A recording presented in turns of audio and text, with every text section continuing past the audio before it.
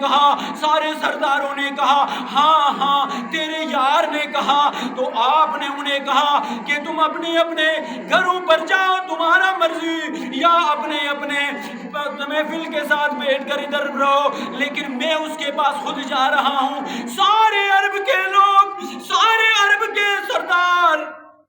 وہاں پر انتظار کرتے رہے کہ اب ابا بکر صدیق جائے گا، محمد الرسول اللہ، محمد بن عبداللہ کے پاس جائے گا اور نعوذ باللہ اسے ڈانٹے گا، اس سے لڑے گا،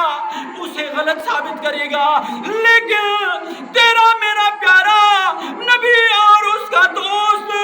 صدیق اکبر رضی اللہ تعالیٰ عنہ کو یمن میں بھی بتایا گیا تھا، شام میں بھی بتایا گیا تھا کہ تیرا دوست ہوگا قریبی، تیرا رشتہ دار ہوگا قریبی، تو اس سے بڑا محبت کرتا ہوگا، وہ تجھ سے بڑا محبت کرتا ہوگا، وہ آخری نبی ہوگا،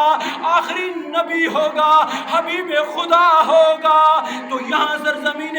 مکہ پر جب ابا بکر صدیق پہنچتے ہیں، یہاں عربوں نے شکایت کرتے ہیں کہ تیرے یار نے یہ دعویٰ کر دیا ہے، اور یار کہتا ہے کہ تم صبر کرو میں خود مل کے آتا ہوں۔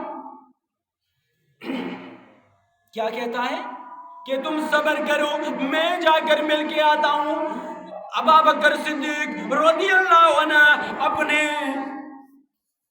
اداگ سے، بیٹھک سے، اپنے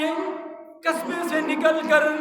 آقا دو عالم صلی اللہ علیہ وسلم کے پاس تشریف لے جاتے ہیں، باہر کھڑے ہو کر آواز لگاتے ہیں، اے محمد الرسول اللہ،